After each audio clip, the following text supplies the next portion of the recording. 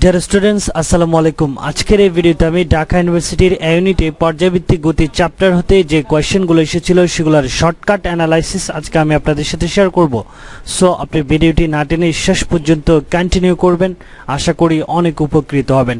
আর যারা বিশ্ববিদ্যালয়ে ভর্তি পরীক্ষায় স্পেশালি ইউনিটের জন্য প্রিপারেশন নিচ্ছেন তারা অবশ্যই আমাদের চ্যানেলের প্লেলিস্ট ভিজিট করবেন, কারণ আমাদের চ্যানেলের প্লেলিস্টটা চ্যাপ্টার ওয়াইজ অনেক সুন্দর করে সাজানো আছে, যেটা আপনার ভর্তি পরীক্ষার প্রস্তুতিকে আরো এক ধাপ এগিয়ে নিতে সাহায্য করবে।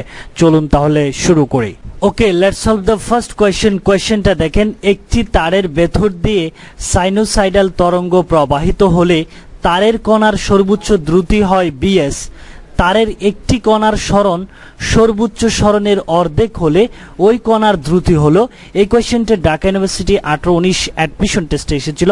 আমি আপনাকে প্রথমে একটা কথা বলে নিই, ফিজিক্সের যে কোনো কোয়েশ্চেন সলভ করার আগে আপনাকে অ্যাট ফার্স্ট কোয়েশ্চেনটা ভালো করে বুঝতে হবে। আপনি যদি প্রশ্নটা ভালো করে বুঝে যান তাহলে আপনার কোয়েশ্চেনের সলিউশন করা আপনার জন্য খুব ইজি হবে। দেখেন কোয়েশ্চেনটা, একটি তারের ভেতর দিয়ে সাইনোসাইডাল তরঙ্গ প্রবাহিত হলে তারের কণার সর্বোচ্চ দ্রুতি, দেখেন তারের কণার সর্বোচ্চ দ্রুতি হয় বিএস। তারের একটি কণার সরণ সর্বোচ্চ সরণের অর্ধেক, একটি কণার সরণ সর্বোচ্চ সরণের অর্ধেক হলে ওই কণার দ্রুতি বের করতে হবে। আসেন, আমাকে কণার সর্বোচ্চ দ্রুতি দেওয়া আছে বিএস এবং বলা আছে একটি কণার সরণ সর্বোচ্চ সরণের কি অর্ধেক। তো এটার শর্টকাট অ্যানালাইসিসটা যদি আমি আপনাকে একটু বলি, দেখেন আমরা যে কণার সর্বোচ্চ দ্রুতি বা বেগ যেটা জানি সেটাকে আমরা বি ম্যাক্স আকারে বইয়ে শিখেছিলাম। কি আকারে? বি ম্যাক্স আকারে। কণার সর্বোচ্চ দ্রুতি বা বেগকে আমরা বি ম্যাক্সিমাম আকারে শিখেছিলাম, কিন্তু আমাকে এখানে কোয়েশ্চেনে বলেছে যে ইন্ডিকেট করে দিয়েছে যে কণার সর্বোচ্চ দ্রুতিটা হচ্ছে কি বিএস। তার মানে আমরা এখানে বি ম্যাক্স যেটা, এটা আমার এই কোয়েশ্চেনে আমাকে বলা হয়েছে বি ম্যাক্স যেটা, এটা হচ্ছে কি বিএস। তো দেখেন আমরা যে B maximum is equal to আমরা জানি সূত্র কি ওমেগা এ। তার মানে আমরা B max is equal to লিখতে পারি বিএস, আবার এই বিএস ইজ ইকুয়াল টু লিখতে পারি হচ্ছে কি ওমেগা এ। আশা করি আপনি এই পয়েন্টটা বুঝতে পেরেছেন।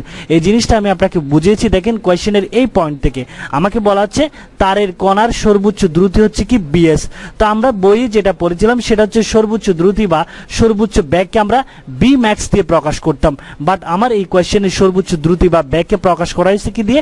বিএস দিয়ে। তার মানে B max is equal to আমরা লিখতে পারি বিএস, আবার বিএস ইজ ইকুয়াল টু লিখতে পারি আমরা কি ওমেগা এ। এটা হচ্ছে সূত্র, V max is equal to কি ওমেগা এ। এখানে কোয়েশ্চেনে V max is equal to BS, that means আমরা পেলাম বিএস ইজ ইকুয়াল টু হচ্ছে কি ওমেগা এ। এটা হচ্ছে কোয়েশ্চেন অনুযায়ী। আশা করি আপনি আমার এই পয়েন্টটা বুঝতে পেরেছেন।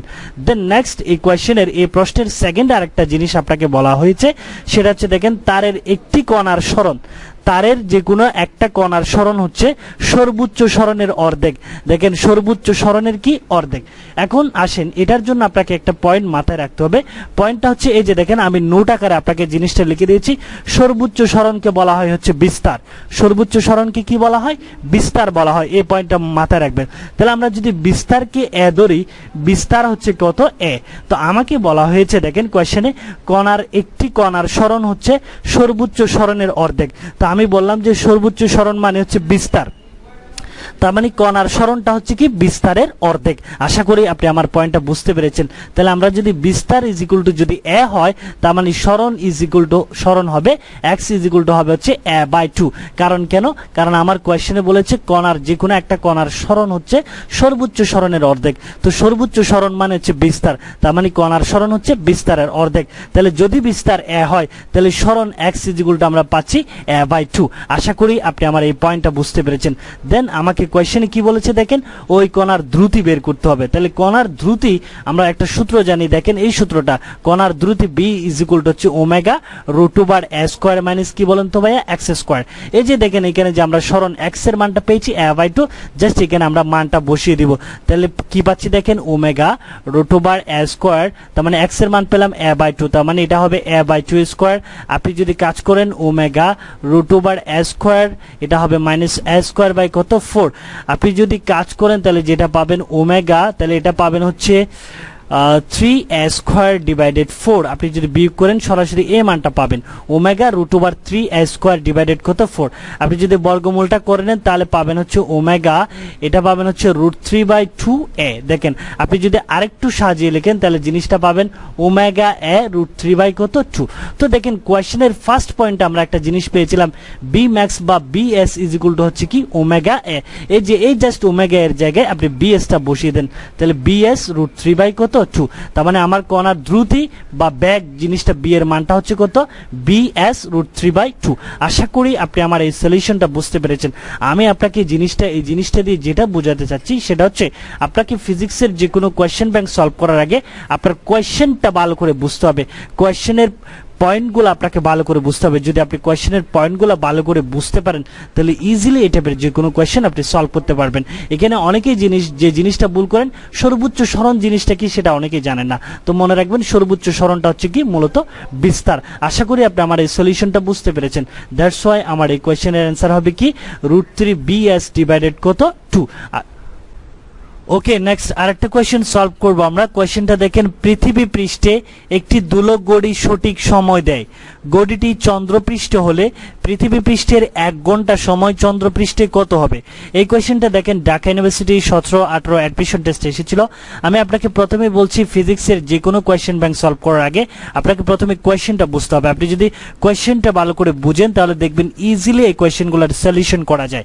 দেখেন এই কোয়েশ্চেনে আমাকে পৃথিবী পৃষ্ঠের একটা অভিকর্ষ ত্বরণের মান দেওয়া আছে, সেটাকে জিই দিয়ে বোঝাচ্ছে, ই দিয়ে আর্থ পৃথিবী পৃষ্ঠ বোঝাচ্ছে, এবং চন্দ্রপৃষ্ঠে একটা অভিকর্ষ ত্বরণের মান দেওয়া আছে, সেটাকে ইন্ডিকেট করা হচ্ছে জিএম দিয়ে, এবং পৃথিবী পৃষ্ঠের 1 ঘন্টা সময়, পৃথিবী পৃষ্ঠের একটা দোলনকালের মান দেওয়া আছে 1 ঘন্টা সময়। এটা চন্দ্রপৃষ্ঠের দোলনকাল কত হবে সেটা আমাকে জানতে চাওয়া হয়েছে। তো এই কোয়েশ্চেনের শর্টকাট অ্যানালাইসিসটা যদি আমি আপনাকে একটু বোঝাই, দেখেন আমাকে একটা পৃথিবী পৃষ্ঠের অভিকর্ষ ত্বরণের মান, একটা চন্দ্রপৃষ্ঠ অভিকর্ষ ত্বরণের মান দেওয়া আছে, এবং পৃথিবী পৃষ্ঠের দোলনকালের মান দেওয়া আছে। এই দোলনকালটা চন্দ্রপৃষ্ঠে কত হবে সেটা আমাকে ফাইন্ড আউট করতে হবে। তো এই কোয়েশ্চেনের অ্যানালাইসিস থেকে আমরা যেটা বুঝতে পারতেছি সেটা হচ্ছে আমাদের যে সলিউশনটা করতে হবে সেটা হচ্ছে এমন একটা সূত্র আমাদেরকে ফাইন্ড আউট করতে হবে যেটা হচ্ছে অভিকর্ষজ ত্বরণ জি এবং দোলনকাল টি এর মধ্যে সম্পর্কযুক্ত। তো এরকম একটা সূত্র আমরা পাবো হচ্ছে, আমরা সরল দোলকের যে একটা মেইন সূত্র জানি সেটা দেখেন টি ইজ ইকুয়াল টু হচ্ছে 2π√L/g। এখান থেকে আমরা যে এই যে দোলনকাল টি এবং অভিকর্ষ ত্বরণের জি এটার মধ্যে যদি সম্পর্কটা বিবেচনায় নিই তাহলে সম্পর্কটা দাঁড়ায় হচ্ছে T = 1/√g। এখন আমরা আলাদা আলাদাভাবে চিন্তা করব। আমরা যদি চন্দ্রপৃষ্ঠের ক্ষেত্রে সম্পর্কটা দাঁড় করাই তাহলে সেটা হবে হচ্ছে 1/√gm। যদি পৃথিবী পৃষ্ঠের ক্ষেত্রে সম্পর্কটা দাঁড় করাই তাহলে সেটা হবে T = হচ্ছে 1/√ge। তো এটাকে যদি আমরা 1 নাম্বার দিই, এটাকে যদি 2 নাম্বার দিই, তাহলে 1 কে যদি আমরা 2 দিয়ে ভাগ করি, 1 কে যদি 2 দিয়ে ভাগ করি তাহলে আমার সম্পর্কটা দাঁড়াচ্ছে এরকম Tm/Te ডিভাইডেড, এটা যদি কাজ করি সরাসরি আমি লিখে দিলাম √ge ডিভাইডেড হচ্ছে √gm। তাহলে আমরা যদি চন্দ্রপৃষ্ঠের দোলনকাল Tm = বের করি তাহলে দাঁড়াচ্ছে হচ্ছে √ge ডিভাইডেড √gm ইনটু হচ্ছে কত Te। ওকে, তো এখন দেখেন আমাকে √g চন্দ্রপৃষ্ঠের একটা মান দেওয়া আছে এবং পৃথিবী পৃষ্ঠের একটা অভিকর্ষ ত্বরণের মান দেওয়া আছে।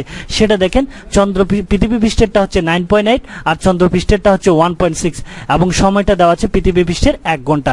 জাস্ট আপনি এখানে মানগুলো বসিয়ে দেন তাহলে পৃথিবী পৃষ্ঠেরটা হচ্ছে কত, এটা আরেকটু সুন্দরভাবে লিখতে পারেন, সেটা এরকম হচ্ছে √gm/g, অর্থাৎ √টা স্কয়ারটা আপনি পুরোটা একসাথে দিয়ে দেন ইনটু কত Te। তাহলে এটার মান দেওয়া হচ্ছে এটা জিই, নিচে হচ্ছে কত জিএম। তাহলে জিই এর মান দেওয়া হচ্ছে 9.8 আর চন্দ্রপৃষ্ঠের অভিকর্ষ ত্বরণের মান দেওয়া হচ্ছে 1.6 আর পৃথিবী পৃষ্ঠের দোলনকাল টি এর মান দেওয়া হচ্ছে কত 1 ঘন্টা। তার মানে আপনার যেটা দাঁড়াচ্ছে সেটা হচ্ছে, আমি যদি একটু লিখি Tm = দাঁড়াচ্ছে √9.8 ডিভাইডেড 1.6 ইনটু কত s, 1 দিয়ে গুণ করলে তো সেম এটাই হবে 1.6। তার মানে আমার চন্দ্রপৃষ্ঠের দোলনকাল টি এর মান দাঁড়াচ্ছে হচ্ছে এটা আমাদেরকে আর সলিউশন করে অ্যান্সারটা বের করতে হচ্ছে না পরবর্তীতে, কারণ আমার কোয়েশ্চেনের সলিউশনে সরাসরি এভাবে দেওয়া আছে অপশনগুলো। দ্যাটস ওয়াই আমার এই কোয়েশ্চেনের অ্যান্সার হচ্ছে এই যে সি অপশনটা, √9.8 ডিভাইডেড কত 1.6। আশা করি আপনি আমার ডিসকাশনটা বুঝতে পেরেছেন। তবে আপনাকে যেটা করতে হবে সেটা হচ্ছে আপনাকে প্রথমে কোয়েশ্চেনটা বুঝতে হবে, কোয়েশ্চেনটা বুঝে আপনাকে কি চাওয়া হয়েছে সেটার সাথে সম্পর্কযুক্ত এই কোয়েশ্চেনটা আপনাকে ফাইন্ড আউট করে এই কোয়েশ্চেনের সলিউশনগুলো বের করতে হবে। ওকে নেক্সট আরেকটা কোয়েশ্চেন সলভ করব আমরা ভাইয়া কোয়েশ্চেনটা দেখেন 3d² x divided dt² plus 27x is equal to 0 সমীকরণটি একটি সরল চন্দিত স্পন্দন বর্ণনা করে এই স্পন্দনের কৌণিক কম্পাঙ্ক কত। এই কোয়েশ্চেনটা ঢাকা ইউনিভার্সিটি 15-16 অ্যাডমিশন টেস্টে এসেছিল। আমাকে একটা ইকুয়েশন দেওয়া আছে এবং বলা হচ্ছে এই ইকুয়েশনটা একটা সরল চন্দিত স্পন্দনের সমীকরণ এবং এখান থেকে আমাকে এই সরল চন্দিত স্পন্দনের কৌণিক কম্পাঙ্কের মান কত সেটা বের করতে হবে। ঠিক সেম এই টাইপের আরেকটা কোয়েশ্চেন যেটা ঢাকা ইউনিভার্সিটি 13-14 অ্যাডমিশন টেস্টে এসেছিল। দেখেন 4d² divided dt² plus 100x is equal to 0 সমীকরণ দ্বারা বর্ণিত সরল চন্দিত গতির কৌণিক কম্পাঙ্ক কত। ঠিক সেম কোয়েশ্চেন, এটা এসেছিল ঢাকা ইউনিভার্সিটি 13-14-তে, এটা এসেছিল ঢাকা ইউনিভার্সিটি 15-16 অ্যাডমিশন টেস্টে। একটা ইকুয়েশন দেওয়া আছে এবং এটা বলা হচ্ছে এই ইকুয়েশনটা একটা সরল চন্দিত স্পন্দনের ইকুয়েশন, এখান থেকে আপনাকে কৌণিক কম্পাঙ্কটা বের করতে হবে। তো এই টাইপের কোয়েশ্চেনগুলো সলভ করার জন্য আমি আপনাকে একটা শর্টকাট ট্রিক্স দিয়ে দিচ্ছি। এই শর্টকাট ট্রিক্সটা অ্যাপ্লাই করে আপনারা ইজিলি এই টাইপের কোয়েশ্চেনগুলো সলভ করতে পারবেন। বাট শর্টকাটটা দেওয়ার আগে আমি আপনাকে একজন নর্মাল স্টুডেন্ট কিভাবে কম্পেয়ার করতে গিয়ে এই কোয়েশ্চেনগুলোর অ্যান্সার ভুল করে সেটা একটু আপনাকে রিমেম্বার করে দিতে চাচ্ছি। যেমন আমরা যে সরল চন্দিত স্পন্দনের যেটা নর্মাল সূত্র সেটা জানি হচ্ছে বেসিক যেটা লাও সেটা হচ্ছে এই যে দেখেন এটা d² x divided dt² plus ω² x is equal to 0।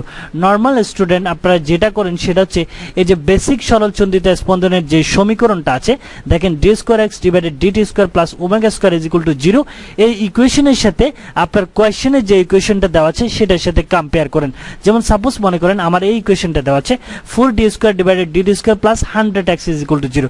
তো আপনারা এই ইকুয়েশনের সাথে এই ইকুয়েশনটা কম্পেয়ার করেন।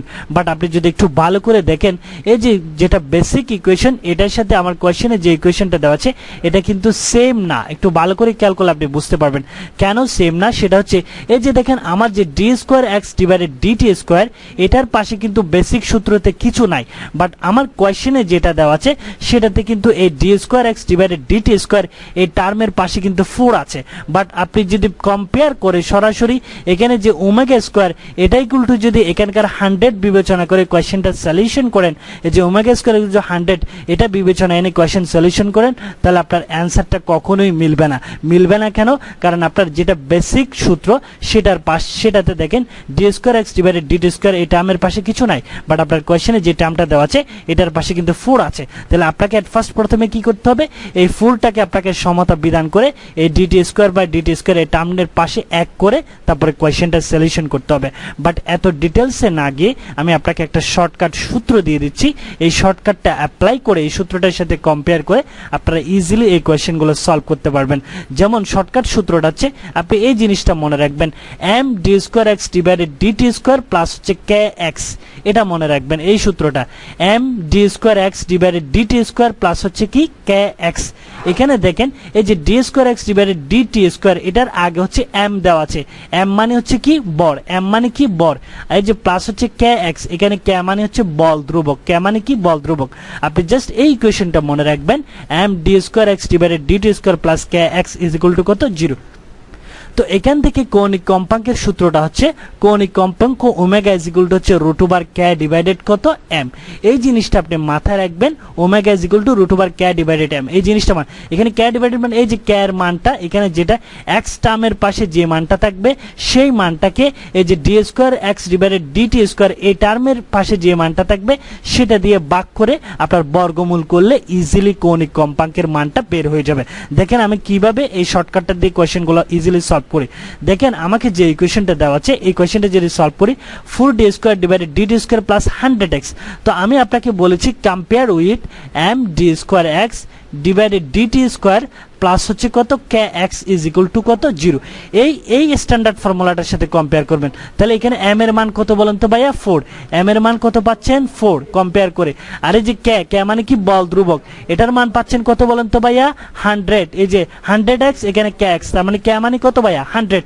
তো আমি আপনাকে সূত্র বলছি কৌণিক কম্পাঙ্ক বের করতে বলেছে, কৌণিক কম্পাঙ্কের সূত্র দিয়েছি আপনাকে ওমেগা ইজ ইকুয়াল টু হচ্ছে √k ডিভাইডেড কত m, বল ধ্রুবক এই যে 100 100 তার মানে 100 ডিভাইডেড কত 4 উপরে হচ্ছে কি বর্গমূল 4 দিয়ে 100 কে ভাগ করলে কত 25 25 কে বর্গমূল করলে কত 5 তার মানে আমার অ্যানসার হচ্ছে কৌণিক কম্পাঙ্কের মান হচ্ছে 5 রেডিয়ান s ইনভার্স 1 এটা যদি আপনি বুঝেন তাহলে কিন্তু ইজিলি কোশ্চেনগুলো সলভ হয়ে যাবে যেমন এটাও যদি কম্পেয়ার করেন m d square x divided dt square plus হচ্ছে kx = 0 এখানে k এর মান হচ্ছে কত 27 k মানে কত 27 m = কত 3 m = কত 3 আপনাকে কৌণিক কম্পাঙ্কের মান বের করতে হবে তাহলে ওমেগা আমি আপনাকে সূত্র দিয়েছি √k ডিভাইডেড কত m তার মানে 27 ডিভাইডেড কত 3 3 দিয়ে তার মানে √9 হয় √9 কে করলে কত 3 তার মানে এই কৌণিক কম্পাঙ্কের মান হচ্ছে কত 3 রেডিয়ান s ইনভার্স 1 অর্থাৎ আমি আপনাকে যেটা বোঝাতে চাচ্ছি আপনি যখন নরমাল স্ট্যান্ডার্ড ফর্মুলার সাথে কম্পেয়ার করে সলিউশনটা করতে যান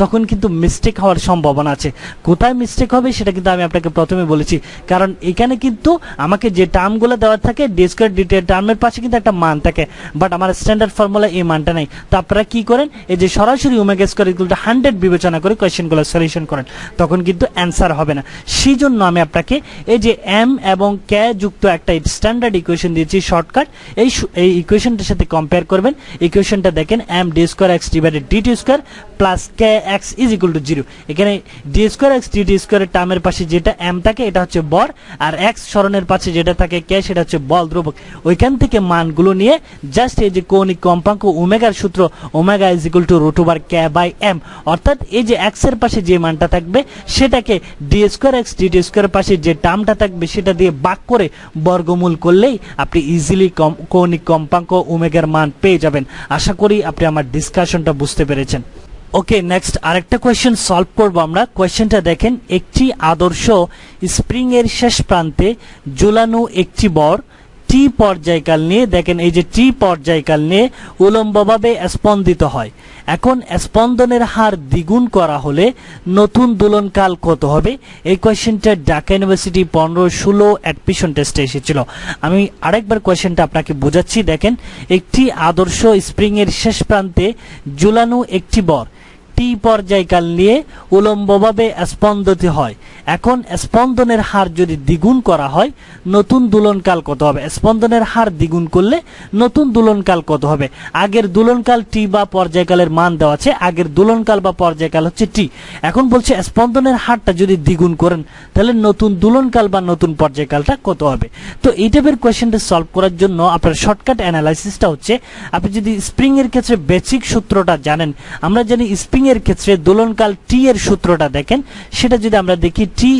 হচ্ছে 2π√m ডিভাইডেড k t হচ্ছে 2π√m ডিভাইডেড k এখানে m টা হচ্ছে বর k টা হচ্ছে আপনার কি স্প্রিং ধ্রুবক m টা হচ্ছে কি বর k টা হচ্ছে কি স্প্রিং ধ্রুবক তো আমরা যে স্প্রিং এর ক্ষেত্রে যে দোলনকাল t এর সূত্র এখান থেকে দেখলাম যে দোলনকাল t বা পর্যায়কাল t টা আমার নির্ভর করে বরের উপর এবং স্প্রিং ধ্রুবক k এর উপর এবং সেটা কি রকম ডিপেন্ড করে সেই পয়েন্ট দুটো আমি আরো স্পেসিফিক ভাবে বললাম এই যে সূত্র থেকে যদি আমরা m এবং k কে আলাদাভাবে বিবেচনা করি একটা পাই হচ্ছে t প্রপোর্শনাল √m অর্থাৎ দোলনকালটা হচ্ছে বরের বর্গমূলের সমানুপাতিক এই জিনিসটা মনে রাখবেন অর্থাৎ দোলনকালটা বরের উপর নির্ভর করে এভাবে কোশ্চেনগুলো হয় যেমন মনে করেন বর্গুর যদি 4 গুণ করা হয় স্প্রিং এর ক্ষেত্রে কোশ্চেনগুলো এইভাবে অনেকভাবে এসেছিল বিভিন্ন বিশ্ববিদ্যালয়ে বর যদি 4 গুণ করা হয় তাহলে এই যে পরিবর্তিত দোলনকাল বা পর্যায়কাল কত হবে তাহলে বরের সাথে যে দোলনকালের স্প্রিং এর সাথে সম্পর্কটা দেখেন সম্পর্কটা কি t প্রপোর্শনাল √m তাহলে বর যদি 4 গুণ হয় তাহলে 4 গুণ করেন তাহলে দোলনকাল √4 মানে কত দ্বিগুণ বৃদ্ধি পাবে এভাবেও কিন্তু কোশ্চেনগুলো হয় সেজন্য আমি আপনাকে এগুলো স্পেসিফিক ভাবে বুঝাই দিচ্ছি আর হচ্ছে স্প্রিং ধ্রুবক k এর উপর যেটা ডিপেন্ড করে সেটা যদি আলাদাভাবে করি সেটা দাঁড়াচ্ছে t প্রপোর্শনাল 1/√2 বার কত k তার মানে দোলনকালটা হচ্ছে স্প্রিং ধ্রুবকের বর্গমূলের কি ব্যস্তানুপাতিক তার মানে এই অ্যানালাইসিস থেকে আমরা দেখলাম স্প্রিং এর ক্ষেত্রে দোলনকাল টিটা অনলি দুইটা জিনিসের উপর ডিপেন্ড করে একটা হচ্ছে ঝুলানো বরের উপর আর একটা হচ্ছে স্প্রিং ধ্রুবক কে এর উপর, সেটা আমি আরো স্পেসিফিক ভাবে আপনাকে এখানে বুঝালাম।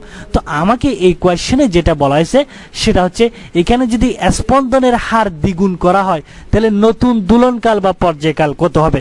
তাহলে আমরা দেখলাম স্প্রিং এর ক্ষেত্রে দোলনকাল টিটা স্পন্দনের হারের উপর ডিপেন্ড করে না, দোলনকাল টিটা নির্ভর করে অনলি ঝুলানো বর এম এবং স্প্রিং ধ্রুবক কে এর উপর, যেটা আমরা স্ট্যান্ডার্ড ইকুয়েশন টি সমান 2π√m ডিভাইডেড কে এখান থেকে বুঝতে পারি। দ্যাটস ওয়াই এখানে স্পন্দনের হার দ্বিগুণ করেন 3 গুণ করেন যেটাই করেন না কেন দোলনকালের কোনো পরিবর্তন হবে না, দোলনকাল আগে যেটা ছিল সেটাই হবে। তো আগে দোলনকাল বা পর্যায়কাল ছিল টি, তাহলে পরিবর্তিত স্পন্দনের হার দ্বিগুণ করলেও আপনার নতুন দোলনকাল কত হবে, টি হবে। আশা করি আপনি আমার ডিসকাশনটা বুঝতে পেরেছেন, আপনি জাস্ট বেসিক সূত্রটাও জানেন, তাহলে এই জিনিসটা আপনি অ্যান্সার করতে পারবেন। তবে আমি আপনাকে এই দুইটা জিনিসের স্পেসিফিক বর্ণনাটা বুঝালাম এই কারণে, কারণ বিভিন্ন বিশ্ববিদ্যালয়ে ভর্তি পরীক্ষায় এইগুলা দিয়েও কোয়েশ্চেন হয়, বলা হয় যে বর যদি 4 গুণ হয় তাহলে স্প্রিং এর ক্ষেত্রে পরিবর্তিত দোলনকাল কত হবে, অথবা স্প্রিং ধ্রুবক যদি বাড়ানো হয় তাহলে পরিবর্তনটা কিভাবে হবে, সেটা আপনি এই স্পেসিফিক সূত্রগুলা থেকে বের করতে পারবেন। ওকে, নেক্সট আরেকটা কোয়েশ্চেন সলভ করব আমরা। দেখেন কোয়েশ্চেনটা সরল দোল গতি সম্পন্ন একটি কণার বিস্তার হচ্ছে 0.02 মিটার এবং কম্পাঙ্ক যদি 2.5 হার্টজ হয় এর সর্বোচ্চ দ্রুতি কত হবে। এই কোয়েশ্চেনটা ঢাকা ইউনিভার্সিটি 18-19 অ্যাডমিশন টেস্টে এসেছিল। দেখেন আমাকে কণার বিস্তারের মান দেওয়া আছে 0.02 মিটার এবং কম্পাঙ্কের একটা মান দেওয়া হচ্ছে 2.5 হার্টজ, আমাকে সর্বোচ্চ দ্রুতি বের করতে হবে। তো দেখেন এটার শর্টকাট অ্যানালাইসিস হচ্ছে, আপনি যে সিম্পল সূত্রটা যদি জানেন, যে মানগুলো দেওয়া আছে ওই মানগুলোর সম্পর্কিত সূত্রটা কি এটা যদি বিবেচনায় আনতে পারেন তাহলে কোয়েশ্চেনটা ইজিলি সলভ করতে পারবেন। যেমন আমাকে বিস্তার এর মান দেওয়া হচ্ছে 0.02, কম্পাঙ্ক অ্যাপ এর মান দেওয়া হচ্ছে 2.5 হার্টজ, আমাকে সর্বোচ্চ দ্রুতি বা বেগ V max is equal to কত সেটা বের করতে হবে। তো দেখেন ভাইয়া আমরা সূত্রটা যদি জানি B max is equal to কত ভাইয়া, ওমেগা এ, বাট আমাকে যে মানগুলো দেওয়া আছে কোয়েশ্চেনে ভাইয়া সেখানে কিন্তু ওমেগার মান নাই, কারণ ওমেগা হচ্ছে ভাইয়া কি বলেন তো কৌণিক কম্পাঙ্ক। ওমেগা মানে কি বলেন তো ভাইয়া, কৌণিক কম্পাঙ্ক। আমাকে কিন্তু ভাইয়া কোয়েশ্চেনে কৌণিক কম্পাঙ্কের মান বলে নাই, আমাকে কোয়েশ্চেনে জাস্ট অনলি কম্পাঙ্ক 2.5 হার্টজ বলছে, অনলি কম্পাঙ্ক বলছে। তার মানে অনলি কম্পাঙ্ক হচ্ছে এফ এর মান দেওয়া আছে, বাট আমাকে ওমেগার মান দেওয়া নেই। বাট আমরা সর্বোচ্চ দ্রুতি বা বেগের V max is equal to পাই হচ্ছে ওমেগা এ। তো আমরা এখন ওমেগার মানটা কিভাবে বের করব, আবার একটা আলাদা ওমেগার একটা সূত্র আছে সেটা আপনাকে জানতে হবে। ওমেগা ইজ ইকুয়াল টু হচ্ছে 2πf, omega is equal to কত, 2πf। আশা করি সবার সূত্রটা জানা আছে। তো আমরা ওমেগা ইজ ইকুয়াল টু কোন সূত্রটা লিখবো এখন, 2πf। কেন লিখবো, কারণ ওমেগার মানটা সরাসরি দেওয়া নাই, আমার মান আছে কম্পাঙ্ক এফ এর মান। তো ওমেগা থেকে আমরা আরেকটা সূত্র জানি যেটা কম্পাঙ্ক এফ এর সাথে সম্পর্কিত, সেই সূত্রটা হচ্ছে omega is equal two 2πf। এখন আমরা ওমেগার জায়গায় 2πf লিখলাম, দেন এ। এখন জাস্ট আপনি মানগুলো বসিয়ে দেন, 3.14, এফ হচ্ছে কত বাই 2.5, এ হচ্ছে কত 0.02। আপনি যদি গুণ করেন বা অ্যান্সারটা পাবেন হচ্ছে 0.314 মিটার পার সেকেন্ড, অর্থাৎ আমার অ্যান্সারটা দাঁড়াচ্ছে সর্বোচ্চ বেগের 0.314।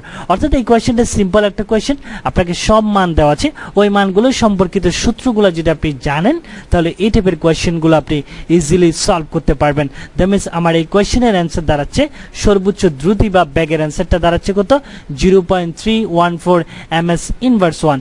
ওকে, টুডে আপ টু দিস। পরবর্তী ভিডিও দেখার আমন্ত্রণ জানিয়ে আজকের ভিডিওটা এখানেই শেষ করছি। Thanks for watching the video.